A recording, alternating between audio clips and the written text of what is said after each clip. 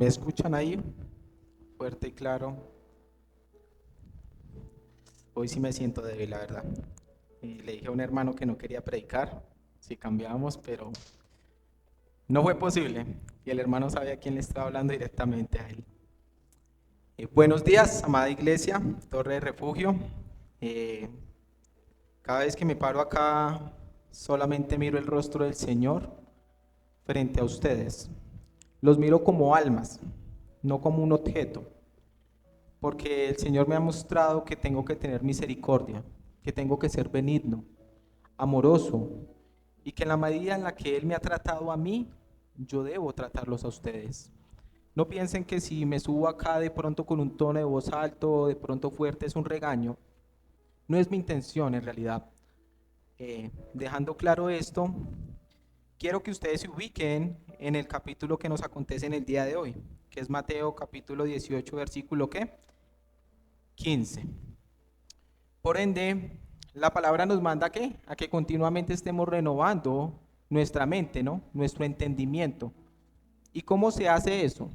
Pablo da la clave puntual, precisamente, unos capítulos atrás de Romanos 12. Y dice que la fe viene por el oír y el oír por la palabra de Dios. No hay otra manera en la que tú y yo, mi querido hermano, renovemos la manera que teníamos y que traíamos antiguamente nuestra vana manera de vivir, sino solo por la palabra de Dios, que es la única escritura que es viva y es eficaz, ciertamente para convencernos de nuestro pecado, de justicia y juicio. De esta manera, el título de la predicación del día de hoy se llama La necesidad de la disciplina eclesiástica. Ese es el título de la predicación del día de hoy. Y habíamos recordado, ¿no? Precisamente hace unos días, que el Señor es tremendamente maravilloso y enfático. Nos trae con un hilo, ciertamente, a través de Mateo capítulo 18, ¿verdad? No voy a hacer mucha introducción, pero recordemos por qué había iniciado precisamente esta exposición extraordinaria de nuestro Señor. Y fue frente a una discusión, una pregunta que estaba surgiendo dentro de los quienes, los discípulos, acerca de quién era el mayor en el reino de los ¿qué? Cielos. Y el Señor con mucha ternura, con mucho amor, nunca se me olvida Juan 14, tomó el agua suficiente y les enseñó. En esta medida Él les dice ciertamente que para entrar al reino de Dios y el que quiera ser el más grande tiene que volverse el más ¿qué?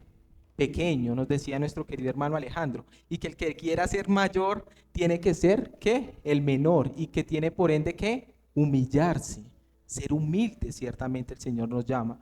También nos recordaba nuestro Señor que después de cómo entramos en el reino como un niño, nos dice que debemos tratarnos como niños, un trato y un cuidado especial, no particular. Yo no veo que las personas le estén pegando fuertemente a un niño, ¿no? Se trata con delicadeza, ¿no? Con una delicadeza especial precisamente para que el niño experimente ese amor y que el que hiciera tropezar mejor le fuera que ¿qué? Se colgara una piedra de molino, ¿verdad?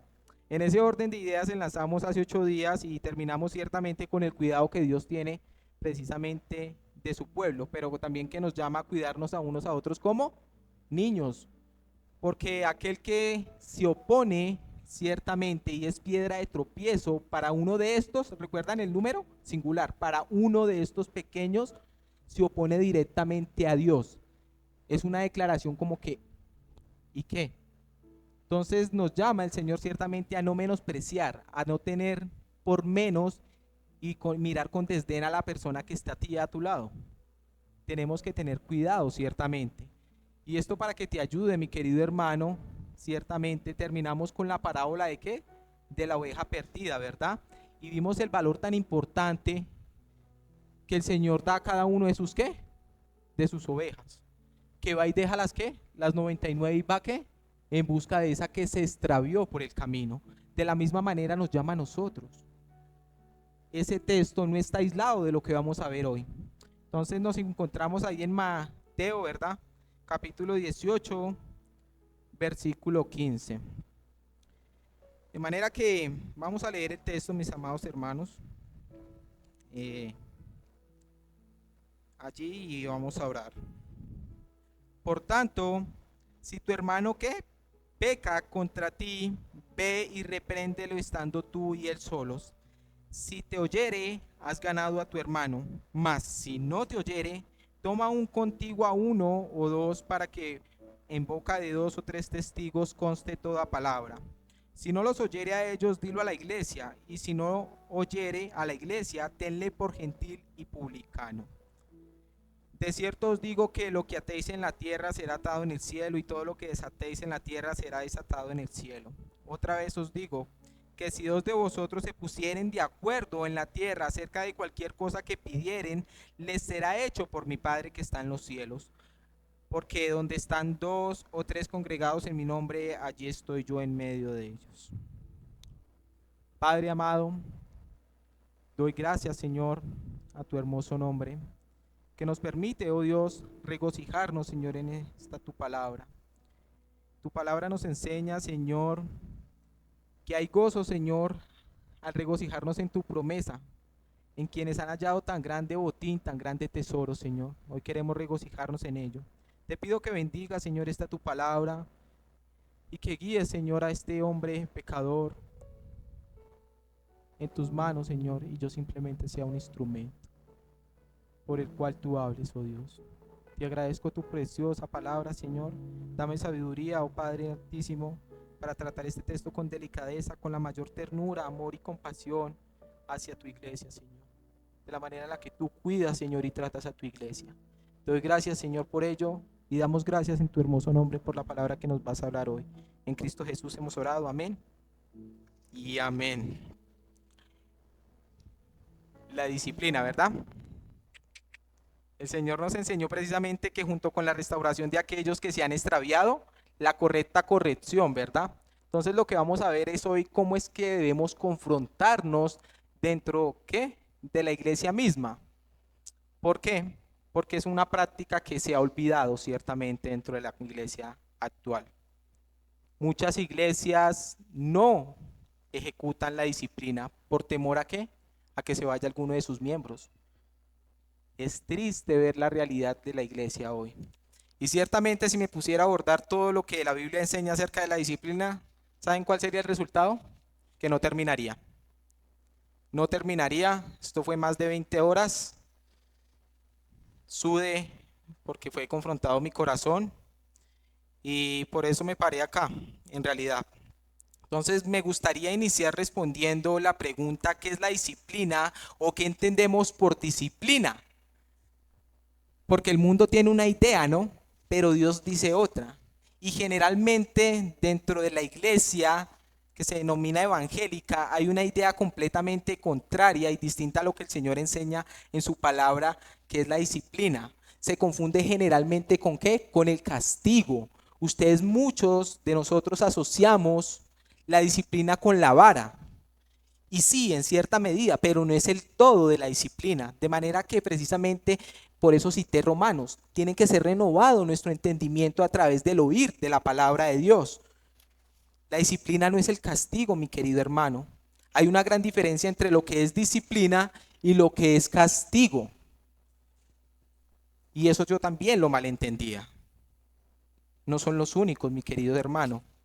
La disciplina precisamente no es el acto de un juez furioso que mira con desdén a una persona y lo quiere juzgar. No, no, no.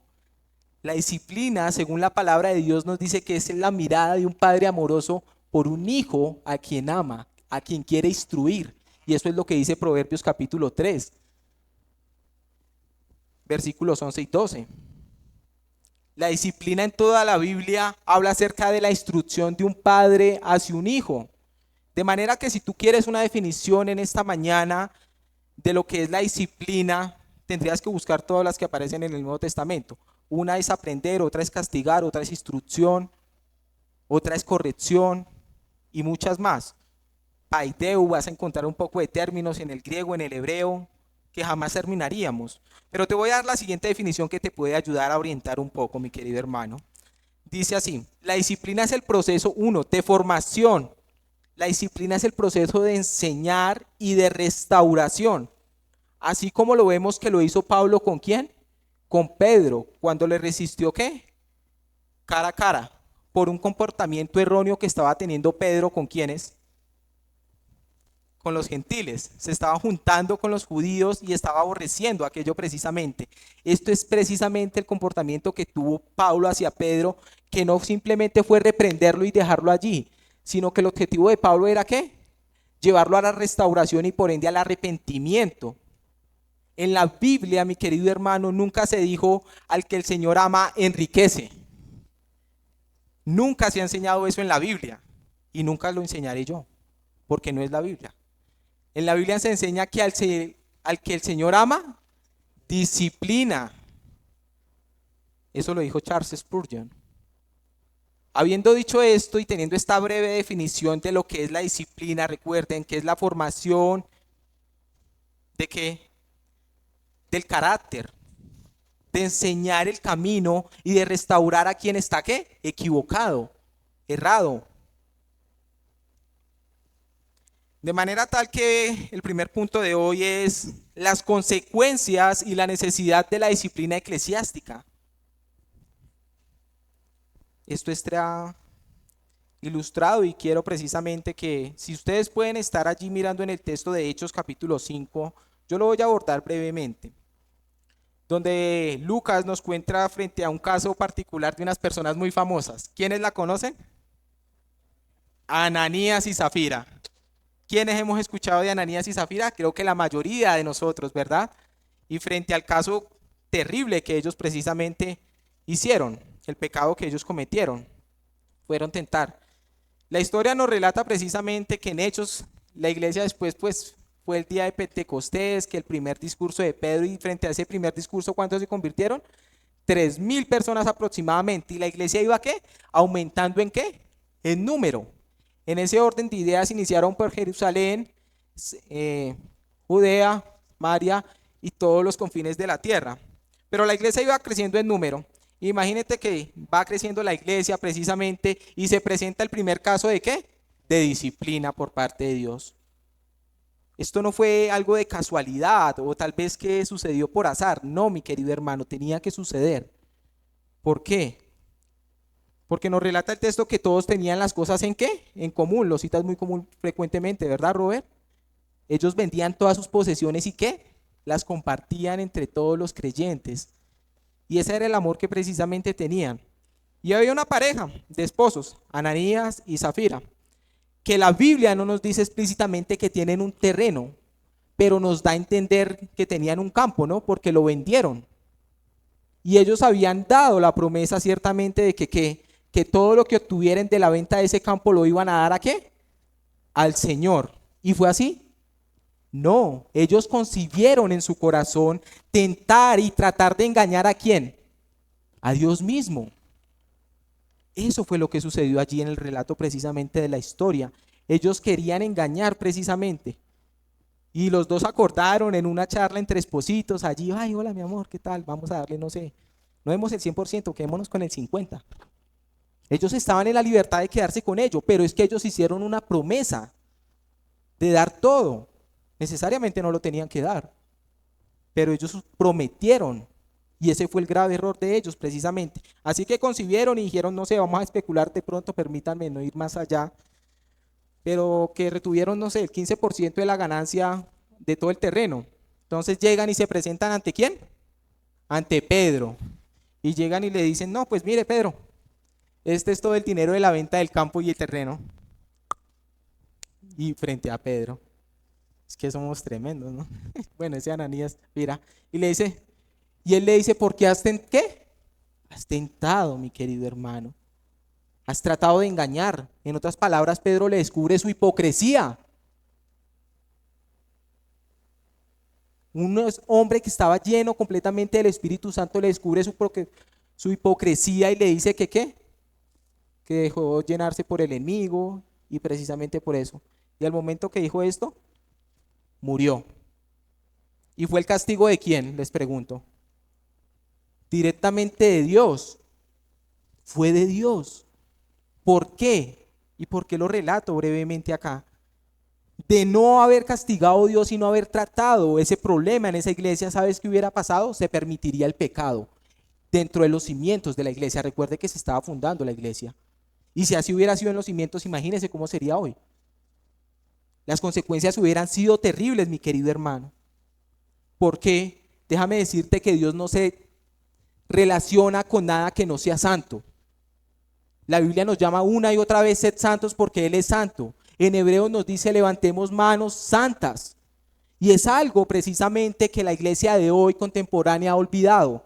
¿Por qué crees que la Biblia trata a un nivel superlativo el carácter y el atributo de Dios, que Él es santo, santo, santo? No porque esté por encima de los demás, sino porque quiere llamar nuestra atención frente a que tenemos un Dios santo. Justo cantábamos hoy. Y eso es lo que quiere la Biblia, que prestemos atención, mi querido hermano. Una de las bienaventuranzas dice, bienaventurados los de limpio, ¿qué? Corazón, porque ellos, ¿qué? Verán a Dios. Un llamado precisamente a la pureza, a la santidad en la vida del creyente. ¿Ves que no lo digo yo? Mi querido, las razones por las cuales Dios trató con el pecado precisamente de Ananías y Zafira fue por su aborrecimiento del pecado y de todo aquel que practica el pecado. Esa fue precisamente una de las razones por las cuales Dios trató precisamente el pecado. Lo dice en el Salmo 7:7 y en el Salmo 5, ciertamente.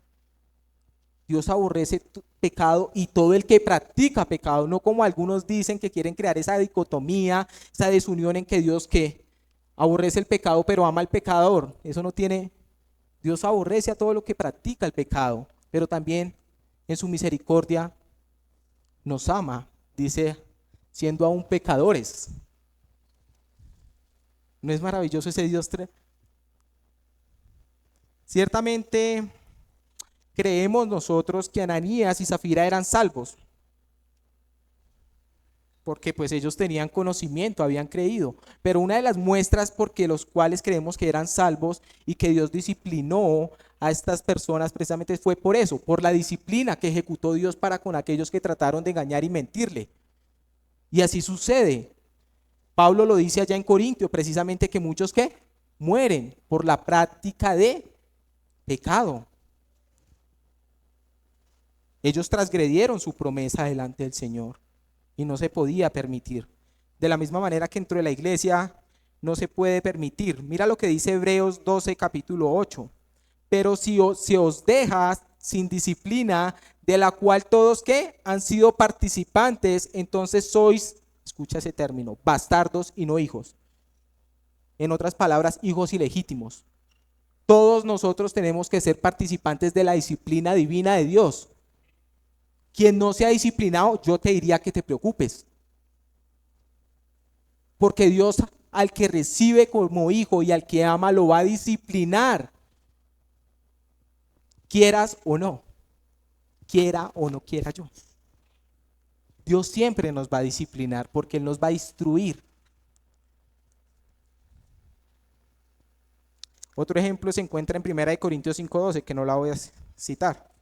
Entonces, en ese orden de ideas vemos las graves consecuencias de si no se trata la disciplina, ¿verdad? Se permite el pecado. Es tremendo lo que sucede ciertamente, mi querido hermano. Y lo más aterrador es que ciertamente nosotros hemos olvidado eso. Déjame decirte que tanto tú como yo somos responsables delante de Dios de ejercer, de seguir y mantener este proceso vivo, porque es vital para la iglesia. Es vital para la santidad. Es vital para que no se blasfeme el nombre de Dios. Dios nos va a pedir cuentas de ello. Ustedes recuerdan que alguien en una oportunidad dijo este dicho, y yo sé que todos lo conocemos: por falta de un clavo se perdió la herradura, por falta de la herradura se perdió el caballo, por falta del caballo se perdió el jinete, y por falta del jinete se perdió la batalla, y por falta de la batalla se perdió ¿el qué? El reino. Los mínimos detalles. Uno pensaría que una herradura no, pero este hombre fue sabio y lo dijo. Lo mismo sucede de una manera similar como cuando como iglesia descuidamos los detalles que Dios nos ha dado para ser iglesia. Yo lo dije hace 8 días, lo que quiere Dios es que nos comportemos como ¿qué? Como iglesia, que seamos iglesia. La falta del cuidado en obedecer lo que nos dice Dios en su palabra nos lleva a pensar que no sucederá nada si pasamos por alto sus órdenes, sus mandamientos. Y muchas veces nos engañamos precisamente eso en nuestro corazón. Esto sucede como cuando como iglesia nos olvidamos de aplicar lo que el texto de hoy nos dice. ¿Qué dice el texto de hoy? Por tanto, si tu hermano ¿qué? Peca. La falta de disciplina conlleva que se permita el pecado dentro de la iglesia. Por la falta de disciplina muchos se han extraviado. Y peor aún, por la falta de disciplina, muchos creen que están bien hoy en día practicando el pecado y que su relación está recta con Dios, cuando es todo lo contrario. Están alejados de Dios, han contristado al Espíritu Santo y están por ende ¿qué? En terribles consecuencias. Creo que deberíamos preocuparnos un poco más por aquello, mis queridos hermanos. ¿Sabes qué es lo más terrible también? Que líderes hoy en las iglesias, por el miedo a perder, en serio, a uno de esos miembros, no ejercen la disciplina. He escuchado pastores, pues sí, nosotros sabemos y conocen, imagínate, pero no queremos ejercerla. ¿Por qué? No, porque es que si le digo al hermanito que está practicando pecado, que tal vez está siendo deshonesto, que tal vez está mintiendo, se pone babito y se va. Entonces, bueno, me pongo a hacer cuentas, no, ese hermano tal vez está tanto aportando al mes, se ponen a hacer calcular y tal vez se me baja un poquito el ingreso salarial. Es terrible, pero tenemos que hacerlo. Y no es solo la responsabilidad de los líderes, que muchos piensan ahí, que el texto dice, por tanto, si tu hermano peca contra el anciano, si tu hermano peca contra el pastor, no. ¿Qué dice el texto allí? Por tanto, si tu hermano peca contra quién, contra mí, no, contra Dios no, sí, claro, un sentido, pero ¿contra quién? Diga contra mí, contra ti. No está diciendo contra el pastor. De manera que, mi querido hermano, la disciplina de la iglesia es algo que ha caído en desuso, es poco apreciado, es de poco interés en la iglesia de hoy en día. Sin embargo, ¿sabes qué? Para Cristo tiene demasiada importancia. Por eso tenemos Mateo 18, un texto que se ha olvidado en la iglesia al día de hoy. Nos conocemos el resto de la Biblia y la citamos, pero Mateo 18 solemos ser inicio por mí, pasar por alto lo que dice Mateo 18. Nos olvidamos que debemos entrar con humildad, pero ya una vez dentro del reino nos quedemos, y Lucho está acá parado y tiene autoridad sobre los demás y los mira. No, al contrario, yo soy el que más necesito humillarme. Yo soy el que más necesita estar tal vez arrastrándome delante del Señor y pidiendo misericordia continuamente para nuestra vida. Me olvido de que tengo que cuidar a mi hermana Asblady con un amor tierno, compasivo, de niña, pero al contrario la voy tratando con desdén y la menosprecio. Y sucede muy frecuente, mi querido hermano. Porque, ¿sabes que Dios nos ha llamado a santificación? Quiero que por favor cites allí 1 Tesalonicenses 4, capítulo 4, versículo 7. Dice lo siguiente, para que ustedes lo vean.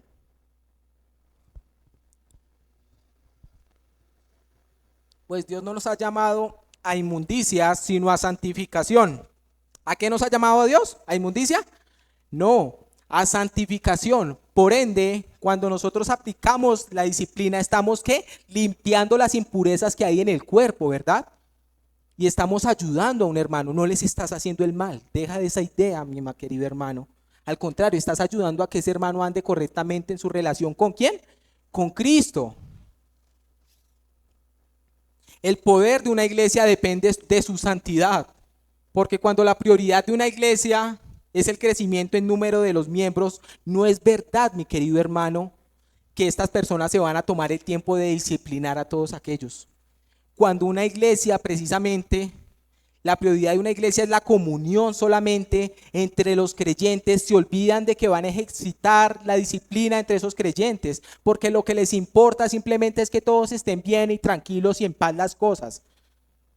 No, mi querido hermano, la Biblia nos llama a un todo, ciertamente, no solo la comunión, no solamente el crecimiento en el número, sino el crecimiento individual y la pureza, precisamente, y la santidad entre nosotros, mi querido hermano.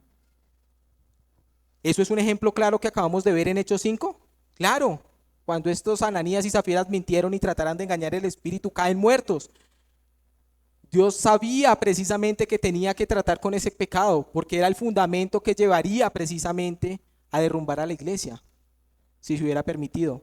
¿Recuerdan lo que hemos hablado de la iglesia de Corinto? Y creo que mi querido hermano Alejandro dio unos ejemplos muy claros al predicar sobre unos temas particulares que estaban sucediendo en esta iglesia. Otro ejemplo claro, y muchos otros ejemplos más que podemos tener en el Nuevo Testamento. Así que mi querido hermano, yo quiero que hoy salgas con la misma necesidad que tiene en la mente de Dios, de mantener este proceso de disciplina vivo a lo largo de la historia. Tenemos que mantener, y es el llamado de Dios para con nosotros. Y ya vamos a verlo por qué. Así que teniendo claro eso, ¿cuál es la necesidad de la disciplina precisamente en la iglesia? ¿Y cuáles son las consecuencias si no se aplica la disciplina? Vamos a ver el texto de hoy.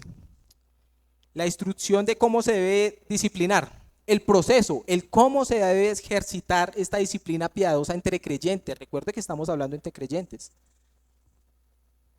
Dice la palabra de Dios, y vamos a ver 5 elementos, no sé hasta dónde alcance a llegar, que intervienen en la disciplina piadosa. Uno de ellos es que la persona que recibe la disciplina. El segundo elemento es la persona que inicia la disciplina.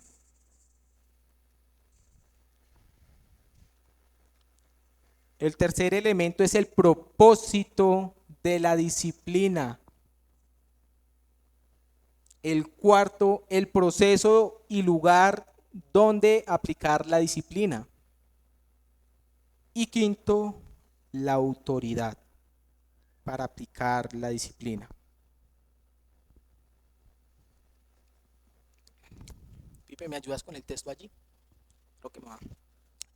El 15, 18:15. Bueno, las voy a repetir rápido.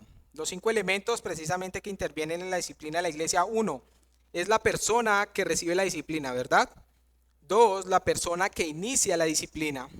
3, el propósito de la disciplina. Y 4, el proceso y el lugar donde aplicar la disciplina. Y por quinto, la autoridad para ejercer ¿qué? La disciplina. Entonces, dice el texto allí, por tanto, si tu hermano ¿qué? Peca contra... Uy, espere que es que esta versión está como rara. No, sí. Peca contra ti. No, es que pensé, perdonen, de pronto es el aumento de las gafas que me falla un poco. Ya le iba a agregar ahí a Alejandro. Con todo el amor y el respeto, el hermano sabe. Notemos que la enseñanza inicia el texto por tanto, ¿no? Una palabra conectora, o sea, esto que el Señor va a enseñar aquí no está aislado de lo que acaba de decir anteriormente, sino al contrario continúa la línea, el rumbo, el hilo de la enseñanza que el Señor está dando. Por tanto, no podemos aislar de lo que acabamos de enseñar en las predicaciones anteriores acerca del cuidado, del trato y de cómo debemos entrar en el reino de los cielos. Esto es parte precisamente. Y más aún mayor impactante, mi querido hermano, es que en el texto anterior hablábamos de la oveja perdida, de cómo se debe restaurar al que ha caído con un verdadero corazón de pastor, pero asimismo nos va a enseñar la correcta intervención de corregir a aquel que andaba ¿qué? Extraviado. ¿No les parece maravilloso que el Señor es tremendo maestro? Yo no le llego ni a un cuarto. Jamás. Por tanto, mi querido hermano dice, si tu hermano peca contra ti. O sea que la persona disciplinar es cualquier persona. No, es un hermano que ¿qué? Que peca. El hermano, el término hermano hace referencia a cualquier creyente, no importa. Incluso si llegara a ser una persona de alta prominencia, es un hermano, mi querido hermano, y él ha creído, es un hermano. No tengas temor de ir a disciplinar y de reprender a esa persona porque tiene gran nombre. No, es cualquier creyente, hombre, ya sea hombre o mujer. La inferencia precisamente para disciplinar es un pecado que continuo, porque sé que muchos han malinterpretado este texto y dicen, no, pues entonces Lucho pecó en esta cosa, entonces ya vamos y le disciplinamos. No, tampoco. Es un pecado ¿qué? Continuo. La práctica del pecado es lo que se va ¿qué? Disciplinar. Por tanto, si ustedes me ven a mí en una práctica continua, ya sea mintiendo, en inmoralidad sexual o esto, tienen toda la autoridad y la respalda la Biblia para ir y decirme, Lucho, ¿usted está qué? Pecando. Y darme los argumentos, ahorita vamos a verlo más adelante. Todo pecado, mi querido hermano, es agravio contra la santidad de Dios y corrompe también la santidad del pueblo. Cualquier persona puede pecar contra ti o no puede pecar contra ti. ¿Qué quiero decir? Que ya sea de manera directa, que yo esté pecando contra ti, o que sea de manera indirecta, esto te va a afectar, porque un poco de levadura leuda ¿qué? Toda la masa.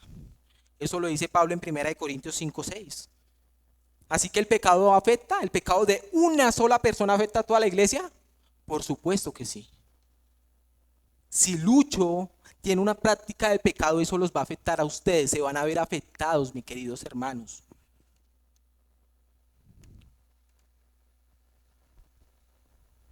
Y es importante notar también algo, ¿no? La reprensión que está haciendo que el Señor Jesucristo allí, que tan pronto se sepa esta causa, ¿debemos ir inmediatamente a guardar silencio? No.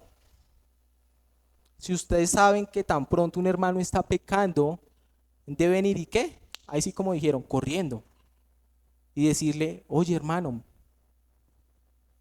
porque no debemos esperar, mi querido hermano, a que se endurezca cada vez más el corazón del hermano por la práctica de ese pecado y él pueda llegar a pensar que está correctamente bien.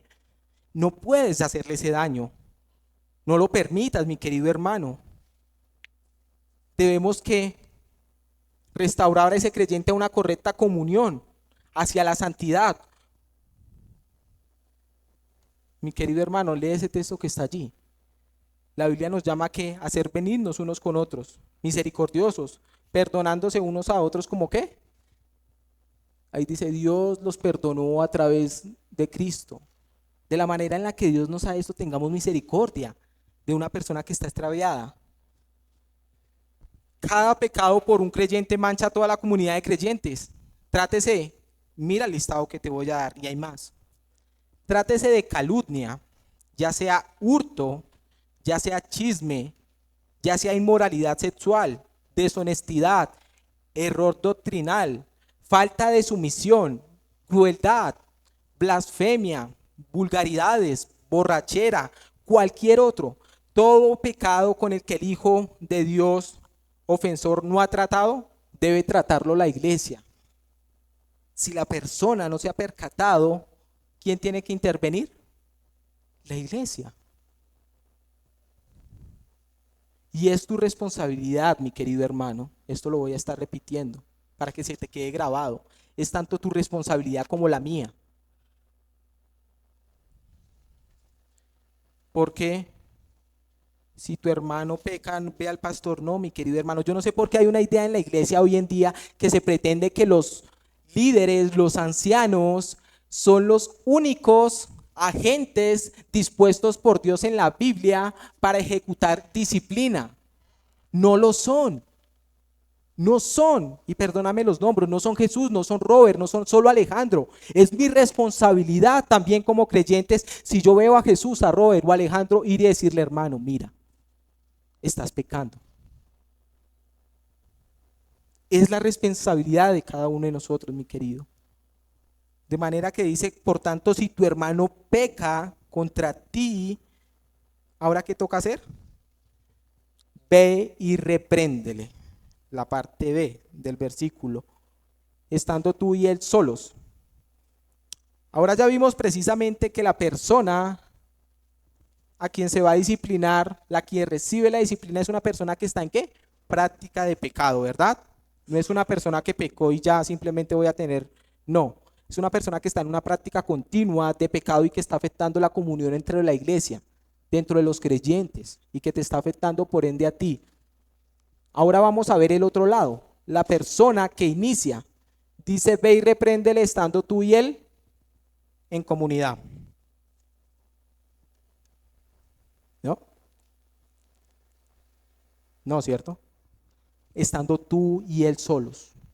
Sabes que Dios está tremendamente interesado en el ejercer disciplina, que nos ha dado también 5 agentes, pero hoy estamos tratando solo la disciplina eclesial. Para disciplinar, 1, nuestros padres. 2, nosotros mismos. Pablo dice que azoto mi cuerpo, o sea que disciplino mi cuerpo para no ser lo que ¿qué? No debo hacer. Tercero, las autoridades, el gobierno. Si tú cometes una infracción, Dios te va a disciplinar a través de las autoridades. Cuarto, lo estamos viendo, la disciplina eclesial.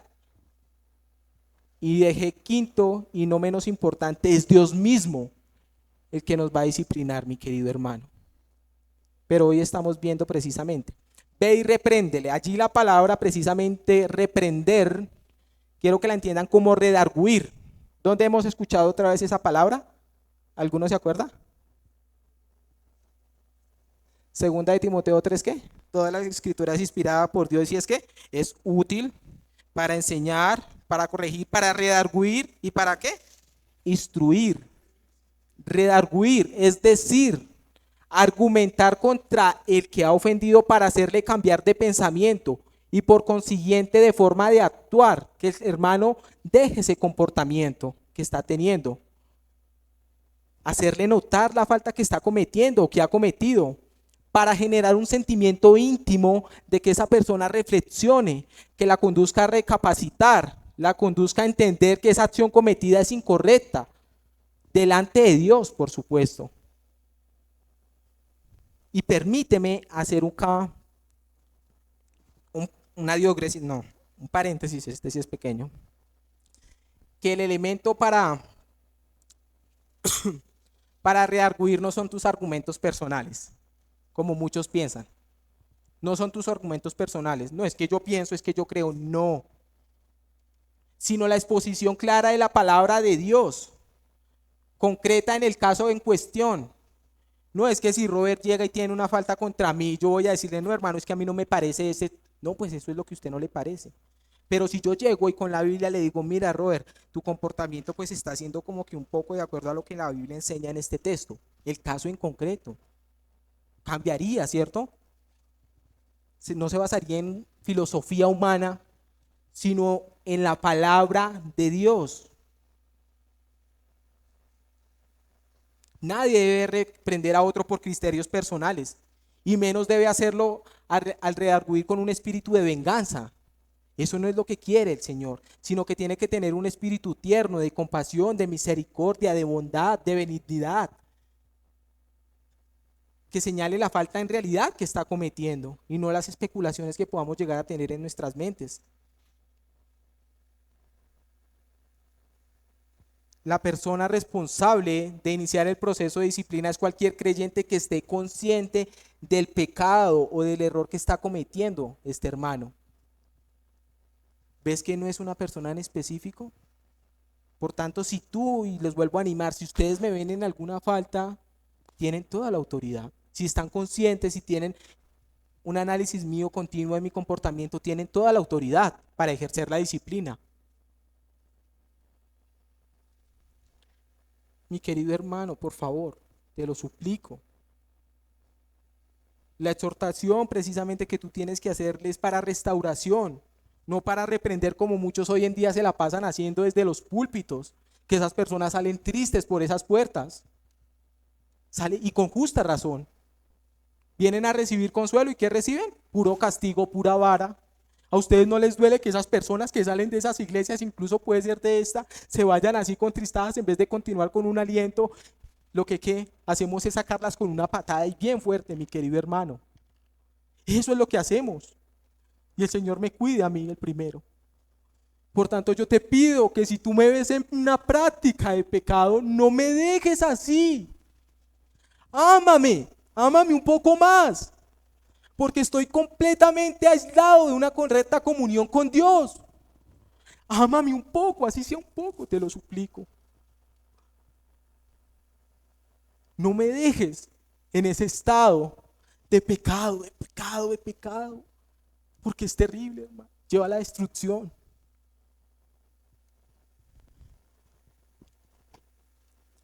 Pero ahora interesante que la Biblia también nos llama a que el proceso de exhortación debe ser ¿en qué? En privado. Mira la confidencialidad del trato y del proceso. Debe ser ¿qué?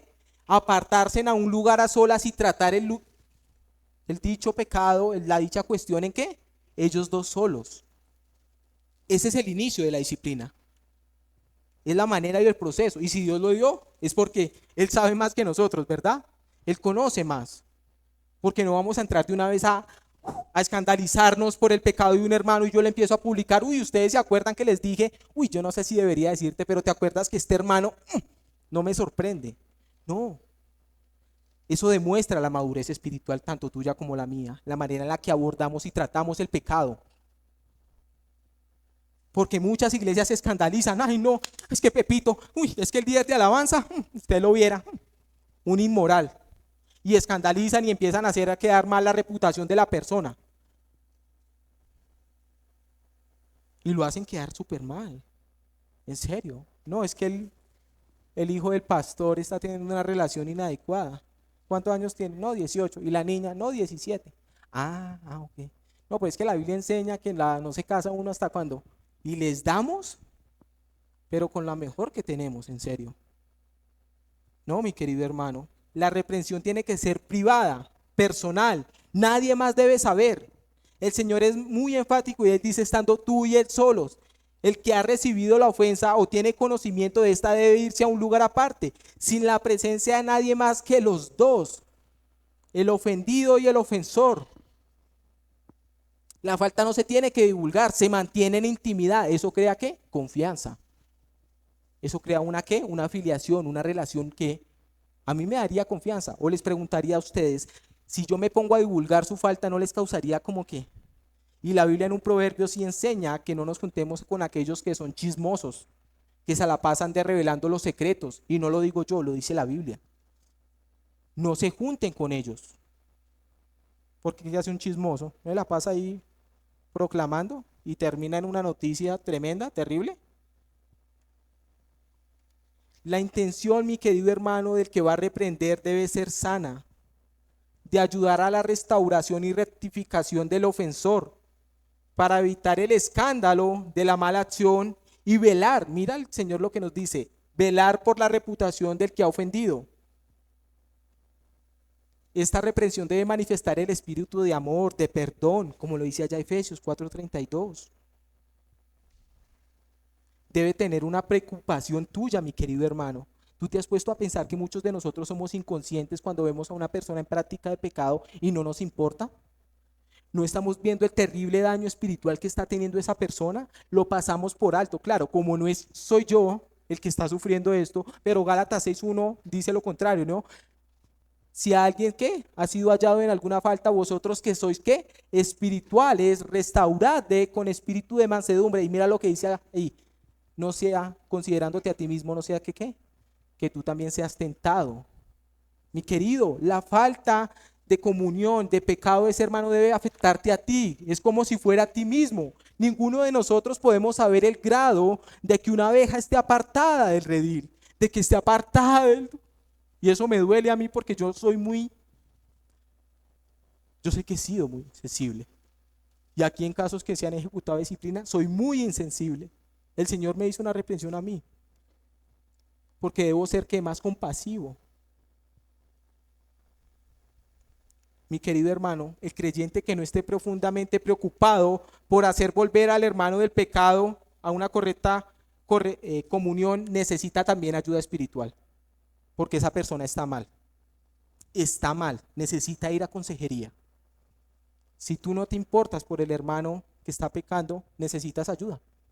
Eso podrá ser muy espiritual, no, pues cada uno tiene su comunión íntima, pues eso es personal y suena muy bonito, maripositas y todo aquí y allá, pero no.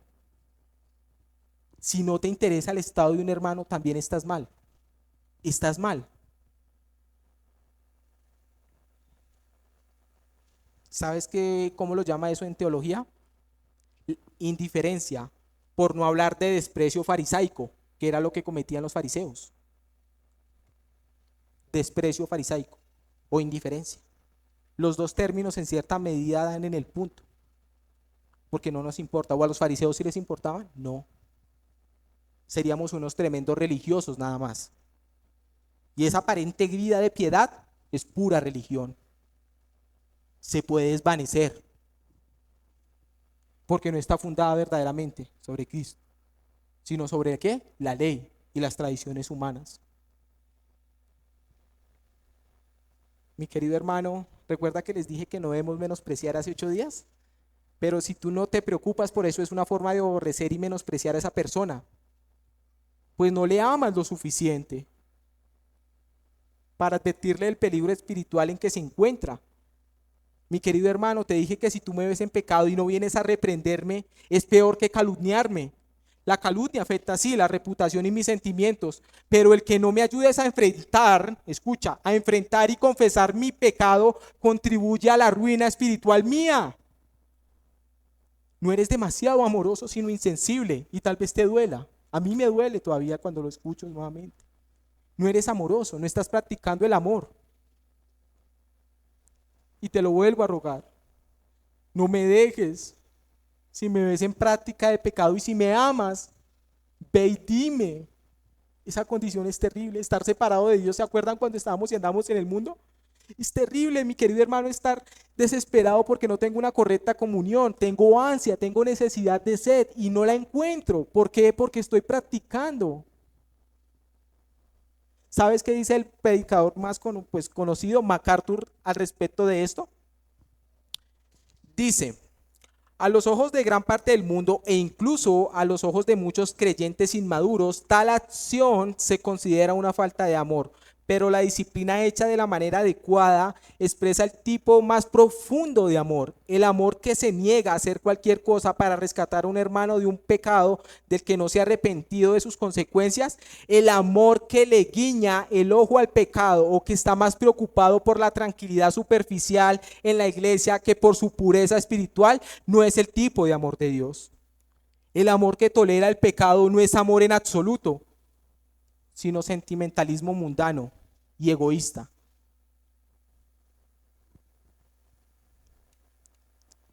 Por eso la correcta corrección fraternal se hace con todo amor y delicadeza, sin testigos, como corresponde a una corrección amor entre hermanos, ¿verdad? Que buscan sinceramente el bien personal, no, el bien común. Dice entonces, y continuemos con el texto, ya vimos precisamente quien recibe y quien inicia la privacidad, precisamente confidencialidad de lo que esto requiere al ejercer la disciplina. Pero hay algo maravilloso que dice en la parte C: si te oyere, has ganado ¿a qué? A tu hermano. Oh, esto me impactó y me deja sin palabras. La consecuencia de esto es que se produzca el arrepentimiento, y puedes anotarlo ahí como tercer punto. La consecuencia de la disciplina es que se produzca el arrepentimiento y la rectificación. Si te oyere, ¿qué? Has ganado a tu hermano. Ese es el propósito de la disciplina. No es sacarlos, como le dije a un hermano esta mañana, por la puerta grande, y se los acabo de decir, con un patadón. No, no es la reprensión solamente. Es la correcta restauración para llevarlo ¿qué? Al arrepentimiento. ¿O tú harías eso con tu hijo? ¿Tú serías capaz, mi querido hermano, de tratar a tu hijo con desdén y simplemente darle una patada y sacarlo por la puerta de la casa? Creo que en muchas mentes de nosotros no caería eso. Si un hijo ha pecado, y lo digo por experiencia propia, yo fui el más ladrón, el más drogadito, el más terrible, que intenté atentar con la vida de mi padre, ¿y sabe cómo me recibía? Las puertas están abiertas. Las puertas están abiertas. Y la manifestación más maravillosa que me expresó fue ese abrazo que me dio en la cárcel, con sus esposas. Y me dijo: perdóneme, hijo. Eso me desbarató, no tuve argumento religioso para decirle no lo puedo perdonar. Él me restauró a una correcta relación, de manera que ahora ya lo puedo llamar y decirle: Padre, te amo, lo que nunca hice. ¿Y por qué tú sí haces eso con la iglesia? ¿Por qué lo haces con tu hermano? ¿Por qué lo hacemos? ¿No te duele? Debería dolerte que esté esa persona en pecado, que esté perdida en el mundo. Y ir y decirle con todo amor: mira, estás cometiendo esta falta, pero no contra mí. Está sí contra mí, pero pues mira el mandamiento de lo que dice y hacerlo entrar en conciencia, en razón.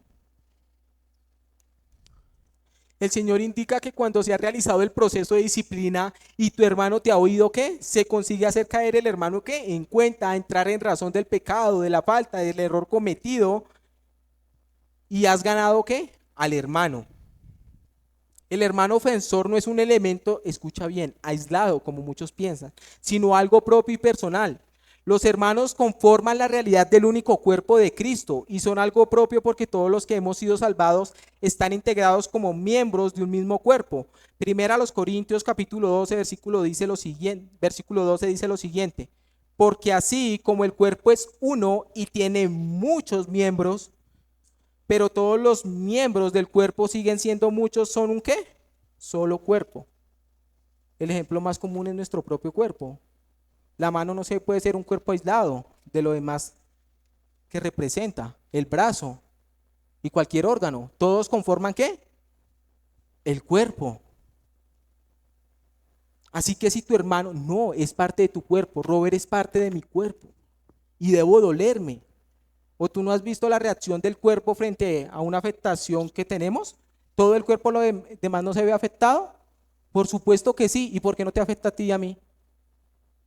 Porque no nos importa. Y tal vez es duro, pero no nos importa lo suficiente. No nos importa.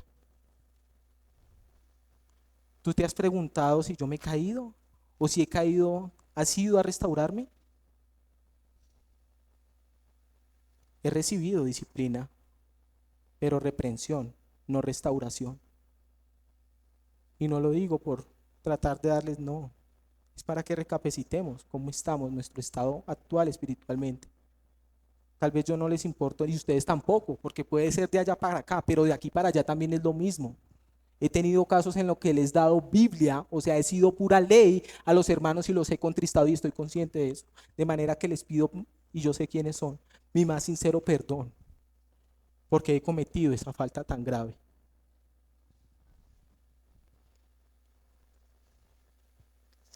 Mi querido hermano, esto es asombroso. Por consiguiente, hermano, una de las cosas que es muy clara en la Biblia para poder ejercer la disciplina eficaz es que los demás miembros deben estar sanos. No puede un miembro que esté mal, en mala condición espiritual, ir a corregir a alguien que también está. ¿Sería eso qué? Algo hipócrita. ¿O no? Te puedo poner de ejemplo, mi querido hermano Robert, con mucho respeto. Es imposible que Robert me venga a decir a mí que yo me la paso mintiendo, que soy deshonesto y irresponsable, si él también está cumpliendo y haciendo las mismas cosas. Sería incoherente. Debe tener Robert una pureza personal para venir y decirme. Ahí sí tiene la autoridad.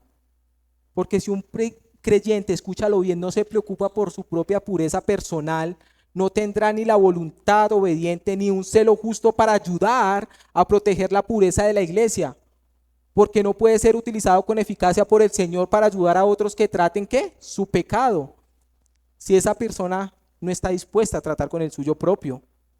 La preocupación de esta persona puede ser que muy fuerte, pero sería crítica y censuradora, no sería humilde, no sería amorosa. Inician un proceso precisamente que de purificación personal, mi querido hermano. Este es el deseo antes de ir a reprender, ver que verdaderamente yo estoy bien. ¿Sabes qué dice el Señor y cómo el Señor advierte a estas personas? Dice, ¿y por qué miras la paja que está en el ojo de tu hermano y no echas de ver la viga que está en tu propio cuerpo? ¿O cómo dirás a tu hermano, déjame sacar la paja de tu ojo y he aquí una viga en el tuyo? Y mira esta frase. Hipócrita, saca primero la viga de tu propio ojo y entonces verás, deme en 2 minutos, 5 minutos, ya, 45. ¿Y qué? Hipócrita, saca primero la viga de tu propio ojo y entonces verás bien para sacar la paja del ojo de tu hermano. Está en Mateo 7, versículo 3 al 5. Cuando los creyentes, mi querido hermano, se humillan y buscan la santidad dentro de sus propias vidas desean llevarla a su iglesia, inician un proceso de purificación primero, ¿qué? Personal. Esta es una advertencia muy clara. Esto se debe a un deseo auténtico de mantener una, ¿qué? Pureza personal, una santidad personal, para así poder ir y llevar e impactar a la iglesia, el entorno. De por sí se vería grandemente impactado, porque muchas personas empiezan a ver, uy, este hermano, ¿qué? Empiezan a ver su santidad, no su santurronería, perdón. Lo que les lleva precisamente a estas personas es el confrontar primeramente el pecado en sus propias vidas. ¿Sabes cómo podemos solamente ser ministros de santidad? Cuando nosotros somos mismos santos. Fuera de eso, no podemos serlo. Y nadie debería hacerlo. Ahora, cuando la exhortación privada da fruto, ha surtido el efecto deseado y el que ha ofendido rectifica el modo de comportamiento, reconociendo y confesando al Señor su pecado, el problema queda resuelto satisfactoria y definitivamente. Mira que nadie se tiene que enterar, ni siquiera el pastor, perdona, se lo digo. Cuando tú y el hermano han tratado ese problema, no hay que decir nadie más se enteró. No se tiene que enterar Pepito, Juanito, no, fulanito. Queda allí. La restauración del hermano queda restaurada precisamente, su reputación, perdón.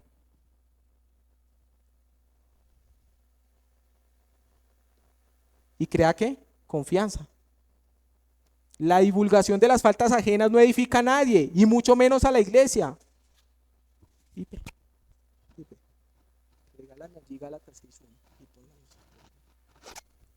No edifica, mi querido.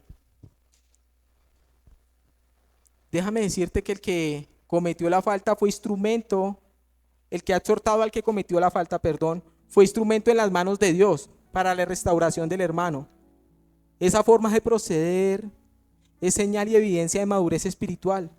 Por eso el Proverbios capítulo 11, versículo 30, déjame leerlo de manera textual, dice: el fruto del justo es árbol de vida, y el que gana almas es sabio. Esa palabra que dice allí, has ganado a tu hermano, grábatela, mi querido hermano. Hacer volver a alguien. Hace referencia a recuperar, que en el texto allí, algo valioso, pues era utilizado en el ámbito o en la perspectiva de, ayúdame, economista. Pero aquí es con la perspectiva de recuperar algo precioso y valioso que se ha perdido. Concretamente a un hermano errante, como lo vimos. Tal como Jesús acaba de enseñar en la parábola de la oveja perdida. ¿Ves la conexión? Dios valora a cada uno de sus hijos. Y cuando uno de ellos se descarría, Él no descansará hasta que el hijo perdido sea hallado y regrese al redil. Esa es su voluntad, que ninguno de estos pequeños, ¿qué? Se pierda. Tampoco debería ser la voluntad de los cristianos que un hermano o que una hermana en la fe se pierda. Cuando los que están descarriados se pierde la comunión, porque es que ese hermano es irreemplazable, déjame decirte. Él fue dotado y dado con dones particulares por parte del Señor. Jesús no puede reproducirse en mí mismo, y yo tampoco, porque Él es único, Él es especial. De la misma manera tú, mi querido hermano, y el hermano que está descarriado. ¿Sabes qué, mi querido hermano? Al igual que el Padre Celestial, no deberíamos contentarnos hasta que sean restaurados todos aquellos que se han extraviado. Toda persona que se ha convertido en uno, escucha bien, con el gran pastor, debe reflejar personalmente ese corazón de ¿qué? De pastor. De allí la exhortación de Pablo. Quiero que la vean y la lean continuamente. Pablo exhorta a la restauración del que se ha sorprendido en una falta. Déjame, con esto termino ahora sí, plantear lo siguiente. Es cierto y es verdad que cuando las personas pierden riquezas, no escatiman los esfuerzos para ir a hacer lo que sea, ¿verdad? Para recuperar esas riquezas materiales que se han perdido. ¿No lo vemos continuamente? No escatiman los esfuerzos. Ahora, la pregunta para ti y para mí: ¿cuánto mayor esfuerzo deberíamos realizar tú y yo por recuperar un tesoro espiritual más valioso que cualquier posesión terrenal? Mientras que el legalista mira el pecado para reprender al pecador, causándole serios daños, a veces irreparables, delante de sus hermanos, el espiritual mira al pecador para restaurarlo, y lo mira de la siguiente manera, como dice Santiago: Hermanos, si alguno de entre vosotros se ha extraviado de la verdad, y si alguno le hace volver, sepa que el que lo haga volver al pecador de error de su camino, salvará de muerte a un alma y cubrirá multitud de pecados. Seguramente, mi querido hermano, si seguimos y obedecemos las instrucciones que Dios nos ha dado en su palabra, experimentaremos un crecimiento considerable, tanto en número como en madurez. Seríamos más sinceros y más honestos al abordar el problema del pecado dentro de la iglesia. Abandonaríamos el infantilismo religioso. No nos escandalizaríamos por el pecado, sino que lo abordaríamos de manera bíblica, responsable y sobria. Oremos.